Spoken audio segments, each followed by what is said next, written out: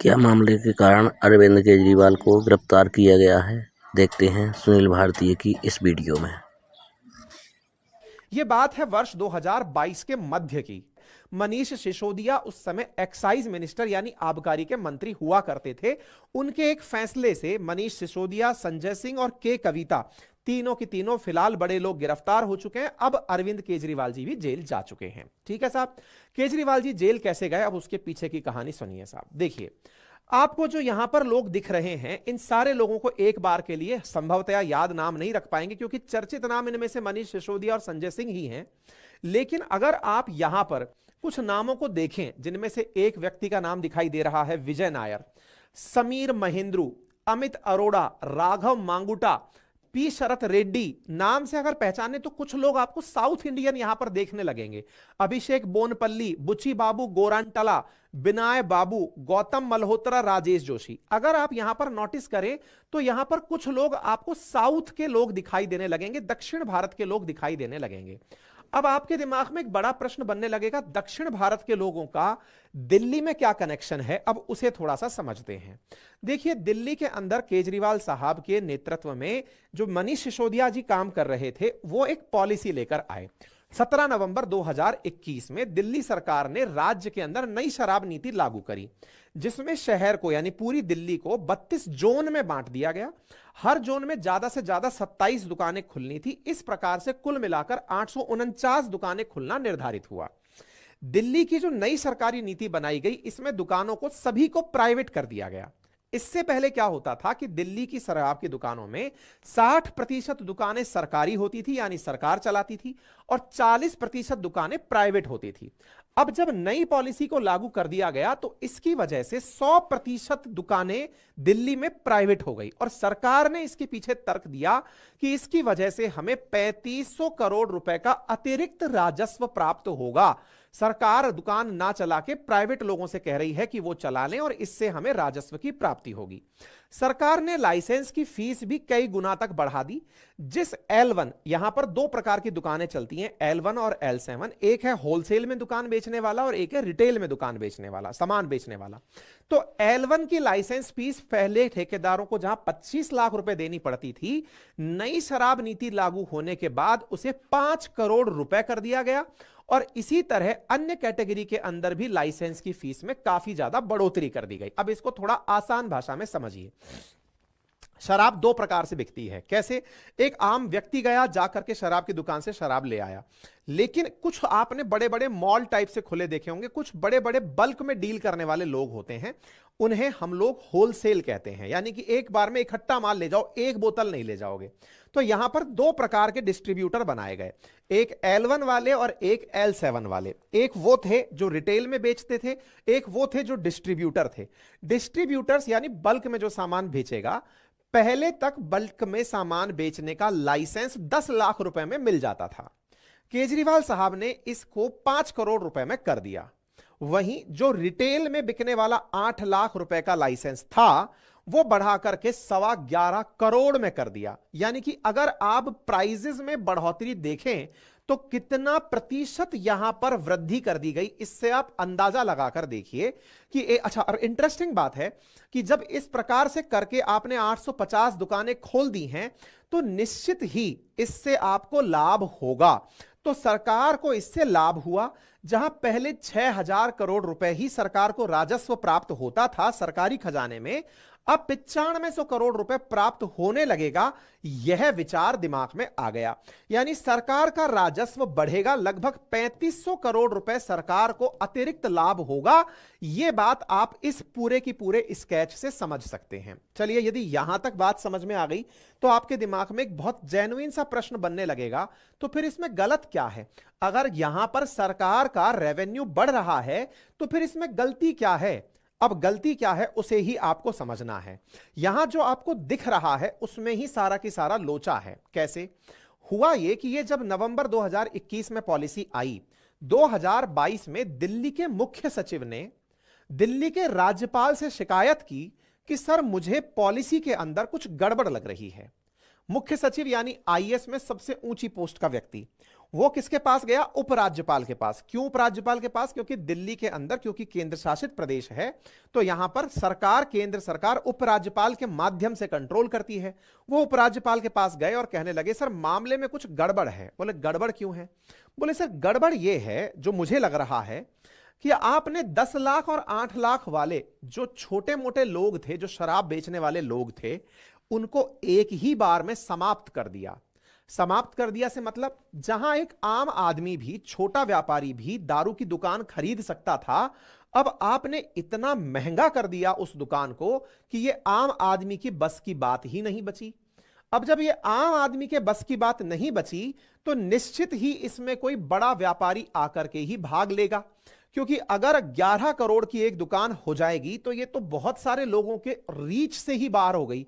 तो बोले एक तरीके से पहला पॉइंट तो ये हुआ कि इन्होंने छोटे व्यापारियों को खत्म करने के लिए ये प्रयास किया। चलो खैर कोई बात नहीं, अल्टीमेटली इससे राजस्व की वृद्धि हो रही है, तो इसमें कोई गुनाह होना नहीं चाहिए। पर बोले सर इसमें गुनाह है। बोले गुनाह क्या है? बोले सरकार ने लाइसेंस फीस बढ़ाकर ये तो कर दिया, दिखा दिया टेबल पर कि इतना लाभ होगा, लेकिन सरकार ने एक्साइज ड्यूटी घटा दी। बोले मतलब दुकान वाला क्या वाकई में इतना पैसा कमा पाएगा? तो इसका जवाब छिपा था शराब की कीमतों में। क्या था? जरा इधर देखो। अब भाई आपने 11 करोड़ की दुकान कर दी, तो इसका मतलब यह हुआ कि दुकानदार भी 11 करोड़ रुपए कमा लेता होगा। भाई कमाएगा तभी तो देगा, तो इसका मतलब कमाएगा कैसे हुआ? अब वो उधर चलिए आप। तो मान लो पहले शराब की एक बोतल 530 रुपए की हुआ करती थी। 530 रुपए की जब बोतल हुआ करती थी पुरानी शराब नीति में, तो व्यापारी को उसमें मात्र 33 रुपए का मुनाफा हुआ करता था और सरकार को 329 रुपए टैक्स प्राप्त होता था। शराब की दुकान पे से अगर आपने शराब खरीदी है तो लगभग 60% सरकार का मुनाफा होता था। वहीं नई शराब नीति जब आई तो सरकार ने यहां पर खेला कर दिया। क्या कर दिया? सरकार ने कहा कि उससे ठेकेदार से कि ठेकेदार अब यह मुनाफा तेरा ही हो गया, हमने तो आपसे एक ही बार में दुकान में पैसा ले लिया, अब यह आपकी मर्जी है कि आप इस मुनाफे को कितना रखना चाहते हो। 363 रुपए दुकानदार को मुनाफा दे दिया गया। सरकार ने कहा कि मैं मात्र 3.78 रुपए ही एक्साइज की ड्यूटी वसूलूंगी, बाकी तुम ऐश करो, हमें कोई मतलब नहीं है। अच्छा, प्रथम दृश्यता ये बहुत अच्छा प्लान दिखाई देता है। क्यों दिखाई देता है? सरकार ने हेडेक दूर करके बहुत अच्छे से दुकानें पहले ही बेच दी। अब वो दुकानदार समझे और उसका मामला समझे, वो यहां पर बेनिफिट देकर चला गया। पर सरकार को तो लाइसेंस फीस मिलनी थी, लाइसेंस फीस मिल गई। लेकिन अब चूंकि ये काम हुआ तो यहां पर बहुत सारे लूपहोल्स आने लगे। क्या लूपहोल्स आने लगे? चूंकि छोटे कारोबारी इसमें इन्वॉल्व नहीं हो सकते थे, तो एक बड़े कारोबारियों का ग्रुप आने लगा और उस बड़े कारोबारी का नाम था साउथ ग्रुप। अब यहां पर जो एक ग्रुप एंट्री किया वो था साउथ ग्रुप। दक्षिण भारत के नाम पर एक ग्रुप रजिस्टर्ड था दिल्ली के अंदर, जिसने बड़ी संख्या में यहां दुकानें उठाने का निर्णय किया कि अब यह मामला सारा अपन संभाल लेंगे। अब चूंकि सरकार ने कह दिया है पैसा अधिकतम आप ही को कमाना है, तो इन लोगों ने दुकानों की सब लेटिंग कर दी, यानी कि ब्रांचेस खोलना, विज्ञापन करना, शराब को बहुत आसानी से गली मोहल्लों में उपलब्ध कराना। जहां पहले वार्ड में 2 दुकानें खोली जा सकती थी तो उन्होंने ब्रांचेस और डाल दी। बोले हम तो इतना पैसा देकर आए हैं तो हम तो भरपूर लाभ कमाएंगे, हम अपनी तरफ से फ्री हैं। बोले साहब इसमें भी चलो कोई बात नहीं, इसमें घोटाला कहां छिपा है, हमको तो यह समझ नहीं आ रहा है। सरकार का तो अल्टीमेटली फायदा ही हुआ है ना, घोटाले की कहानी क्या है? तो अब घोटाले की कहानी क्या है उसको समझते हैं। देखिए, अगर आप इस न्यूज को ध्यान से देखें तो नवंबर 2021 में लाई गई पॉलिसी को जुलाई 2022 में वापस ले लिया गया। मतलब सरकार ने कहा कि हम इस पॉलिसी के आधार पर काम नहीं करेंगे। विचार कीजिए, नवंबर 21 में आप पॉलिसी लाए हो और जुलाई 22 में आप पॉलिसी को हटा रहे हो। तो यहां पर 2 प्रकार की बड़ी घटनाएं हुई। जिसने दुकान पहले पैसे देकर खरीदी है वो निश्चित ही इस बात से खफा होगा कि मैं इतना पैसा दे चुका हूं आपको, अब आप पॉलिसी हटा रहे हो, मैंने इतना धंधा विकसित कर लिया तो मेरा तो नुकसान हो गया।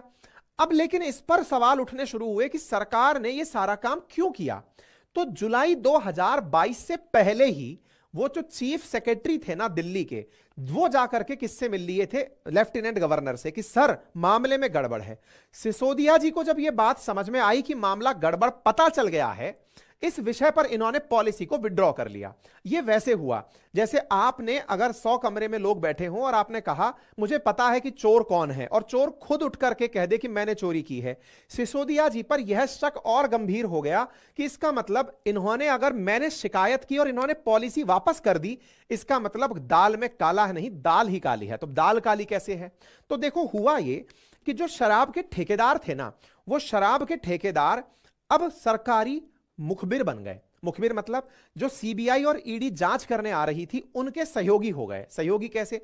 बोले सर हमें पता है कि मामले में गड़बड़ क्या है। बोले बताओ भाई क्या गड़बड़ है? बोले सर गड़बड़ यह है कि यह व्यक्ति हमको शराब लाइसेंस देने के नाम पर हमसे एडवांस पैसे लिया था, हमसे रिश्वत वसूली गई थी। बोले मतलब यह है कि तुम ही लोग, बड़े लोग इसको ले पाओगे, इसके लिए हमसे अलग से पैसे लिए गए थे कि हम तुम्हारे लिए पॉलिसी बनाएंगे। उनमें से एक व्यक्ति संजय अरोड़ा नाम का ठेकेदार सरकारी गवाह बन गया कि मैंने पैसे दिए थे, मैं गारंटी हूं इस बात की, तब जाकर सरकार ने हमें लाइसेंस दिया था। बोले उस पैसे का क्या किया? बोले उस पैसे का जो 22 के अंदर पंजाब में इलेक्शन हुआ था ना, उस इलेक्शन की फंडिंग करने के लिए जो केजरीवाल जी हैं, इन्होंने अपने जो मीडिया चीफ हैं उनको कह के कहा था कि ये मेरा लड़का है अय्यर अय्यर करके, बोले इसको पैसे दे दो। तो इस प्रकार से इन लोगों ने ठेके लेने की एवज में हमसे पैसे लिए थे। अब ये साउथ ग्रुप की कहानी क्या है? देखिए तेलंगाना के जो सीएम हुआ करते थे चंद्रशेखर राव, उनकी बेटी है के कविता, हाल ही में वो भी गिरफ्तार हुई हैं। और उनकी क्या कहानी है? के कविता जी ने साउथ ग्रुप की लॉबिंग की थी केजरीवाल जी से बात कराने के लिए कि केजरीवाल जी, साउथ का एक ग्रुप है जो दिल्ली में आकर के दुकानें लेना चाहता है। तो बोले फिर? बोले आप उनको दुकानें दे दो, ये आपको ऊपर से जो पैसा होगा वो दे देंगे। अब आप कहेंगे ये तो केवल कयास ही हैं। अगर कह रही हैं आतिशी जी आकर मीडिया के सामने कि पैसा है कहां, दिख कहां रहा है पैसा, अरे वो पैसा तो इलेक्शन में खर्च हो गया। यही तो बात कही जा रही है कि पंजाब के इलेक्शन में दिल्ली के अंदर ये जो रिश्वत का पैसा आया था वहीं गया।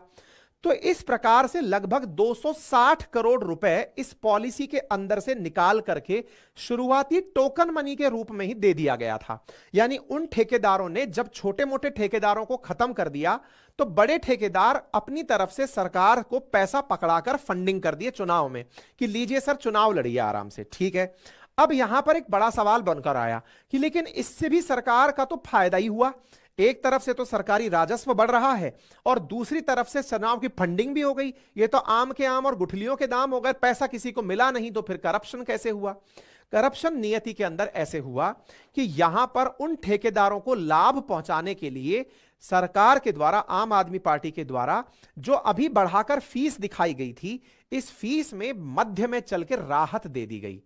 यानी पहले तो छोटे कारोबारियों को खत्म किया गया, बड़े कारोबारियों को धंधे में लाया गया, बड़े कारोबारियों को धंधे में लाने की रिश्वत ली गई, ऐसा ईडी का आरोप है। रिश्वत लेकर के और उन्हें सरकारी तरह से बेनिफिट दिया गया। कैसे? उनसे बाद में यह कहा गया कि आप कोरोना के कारण चूंकि सेल्स कर नहीं पाए हो, कोई बात नहीं, थोड़ा कम पैसा हमें दे दो। यानी एक प्रकार से सरकार को जो वाकई में पैसा मिलने वाला था 9500 करोड़, वो मिला नहीं। वो पेपर्स में ही दिखाया गया कि इतना पैसा मिलेगा, वो मिला इसलिए नहीं क्योंकि सरकार बीच में उनसे कहने लगी कोई बात नहीं, आपने ऑलरेडी बहुत महंगी दुकानें उठा ली हैं, इनको चलने दो। कुल जमा बात यह है कि सरकारी खाते में जो पैसा वाकई में आना चाहिए था, जो सपने वाकई में दिखाए गए थे, वो पैसा भी नहीं आया। नंबर दूसरा, इस काम को करने की एवज में जिन लोगों ने रिश्वत दी थी, वो रिश्वत देने वाले लोग सरकारी गवाह बन गए। सरकारी गवाहों को पकड़ के ईडी ने जब तार से तार जोड़ने शुरू किए, तो इन तारों में कई लोगों के नाम जुड़ते चले गए। क्योंकि भाई जिसका पैसा चला गया, बीच में पॉलिसी खत्म हो गई, वो रिश्वत भी दे चुका है, वो दुकान भी दे चुका है, उसका तो वो बीच में अटक गया। इसलिए जो लोग ठेकेदार बने हुए थे, उन्हें जो ये भयंकर घाटा हुआ, इस घाटे के चलते वो जाकर के सरकारी गवाह बन गए और उन्होंने सारे तार जोड़ दिए कि फलाने व्यक्ति से मैं तब मिला था, उस कैमरे में देख लो, उस व्यक्ति से मैं तब मिला था, उससे पूछ लो। ये सारे के सारे लोगों से पूछताछ करते करते तार जुड़ते जुड़ते पहुंच गए तेलंगाना। तेलंगाना के अंदर चंद्रशेखर राव की जो बेटी के कविता हैं, उनको ईडी लेकर आ गई कि मैडम आप बताओ किससे बात हुई थी? बोले केजरीवाल जी से बात हुई थी। बोले केजरीवाल जी से क्या बात हुई थी? बोले 100 करोड़ की बात हुई थी। तो ये सब बातें ईडी जोड़ करके पूरी वो बना लिया, सीक्वेंस बना लिया कि देखो यहां से पैसा घूम करके राउंड में आया है। अब ये राउंड में आया पैसा हाई कोर्ट के सामने रख दिया कि सर देखो ये रही सारी कहानी। केजरीवाल जी कह रहे हैं कि वो ईडी के सामने नहीं जाएंगे, उनको गिरफ्तारी से राहत दी जाए। बोले सर आप ही बता दो ये रहा पैसा, पैसा कहां है। अच्छा, अब आम आदमी पार्टी का कहना यह है कि पैसा है कहां। ऑब्वियस सी बात है, आपसे यही तो कहा जा रहा है कि रिश्वत ली है तो रिश्वत का पैसा दिखाओ। वो पैसा दिखा इसलिए नहीं सकती सरकार क्योंकि वो तो चुनाव में खर्च हो गया। जो पंजाब के इलेक्शन हुए उन इलेक्शंस में जो खर्चा हुआ वो यहां से निकल कर गया था। तो उधर से अगर टेक्निकल पॉइंट पर चला जाए तो पॉइंट तो केजरीवाल जी का भी सही है, पैसा है कहां, किसको दिख रहा है पैसा। लेकिन पैसा देने वाला अभी पता चल गया है। पैसा देने वाला अपनी सारी रसीद दे रहा है कि ये देखो पैसा मैंने ऐसे प्रोड्यूस किया था, ऐसे दिया था। जांच एजेंसीज अपने इन्हीं सारे तारों को जोड़कर उन तक पहुंची हुई हैं। इसके चलते हुए केजरीवाल जी गिरफ्तारी तक पहुंचे हैं। अब यहां पर एक बड़ा जो पॉइंट निकल कर आता है, ये सारी की सारी बातें जो मैंने बताई हैं ये सारी मैंने लिखित में दे दी हैं, कैसे कैसे किसको मुनाफा हुआ, क्या हुआ, पंजाब के इलेक्शंस को इसके माध्यम से इन्फ्लुएंस कराया गया है ना। साथ में इन लोगों का पूरा की मतलब पूरा साउथ ग्रुप ने कार्टेल बना करके ये के कविताएं जिनको गिरफ्तार करके लाया गया है, ईडी ने इनको गिरफ्तार किया इस एक्साइज पॉलिसी के अंतर्गत। और यहां पर ये आकर के मतलब 100 करोड़ रुपए का पूरा की पूरा मामला पहले निकल के आया कि इन्होंने पैसा लिया है। साउथ ग्रुप की सारी कहानी मैं आप लोगों को ऑलमोस्ट बता चुका हूं। ईडी की गिरफ्तारी ने, ईडी ने जब के कविता को गिरफ्तार किया, अच्छा कविता खुद जाकर के भी वो मांगी राहत हाईकोर्ट से, तो हाईकोर्ट ने इनकार कर दिया कि नहीं मैडम नहीं दे सकते, मामला ही ऐसा है। क्योंकि समझिए जो गवाह बैठे हुए हैं ना, जो कह रहे हैं कि मैंने पैसा दिया है, वो गवाह डट के बैठे हुए हैं कि साहब हमने दिया है तो दिया है। अब दिया है तो गवाह के चलते वो सब अंदर, भाई क्राइम के अंदर जो क्राइम करने वाला व्यक्ति वो खुद कह रहा है कि मैंने इसको पैसे दिए हैं। अब बोलो वो खुद का इतना बड़ा करोड़ों का कारोबार दुकान दांव पे लगा के बैठा हुआ है। इसके चलते फिर दिल्ली के एक नेता गिरफ्तार होने शुरू हुए। संजय सिंह के बारे में भी यही निकल करके आया कि दिनेश अरोड़ा जो शराब का कारोबारी है ना, ये शुरुआत में संजय सिंह से ही मिला था, जिसने उनकी मनोज सिसोदिया से मुलाकात कराई और उन्होंने दोनों ने मिलकर कहा कि पंजाब के इलेक्शन में फंडिंग करो तब जाकर बात बनेगी। तो यहां से फंडिंग हुई और इस प्रकार से पूरा की पूरा खेला सामने निकलकर आ गया। मतलब यहां पर आप देखें कोरोना काल में नुकसान की भरपाई के नाम पर 144 करोड़ रुपए की लाइसेंस फीस माफ कर दी गई। तो जो फीस माफ की गई वो तो सरकारी कोटे से गई और उसका लाभ चुनाव में पहुंचा दिया गया। यह खेल निकल करके आपके सामने आया। सोशल मीडिया बैनर होर्डिंग के जरिए शराबों को बढ़ावा दे दिया गया। ये सब चीजें होने शुरू हो गई। तो उम्मीद है आपको पूरी तरह से यहां तक का मामला समझ में आ गया होगा केजरीवाल जी किस आरोप के तहत अंदर गए हैं। अब बड़ा सवाल यह बनता है कि क्या केजरीवाल जी को राहत मिल सकती है। देखिए चूंकि यह बात प्रूव करना अब यहां पर बड़ा इंपॉर्टेंट है जांच एजेंसीज के लिए कि वो इस बात को सिद्ध कर पाए कि इन्होंने पैसा लिया था, इन्होंने ही लिया था और इनके माध्यम से ही सारा काम हुआ था। अगर ये बात प्रूव हो जाती है तब तो उन्हें कोई बचा नहीं सकता है ना।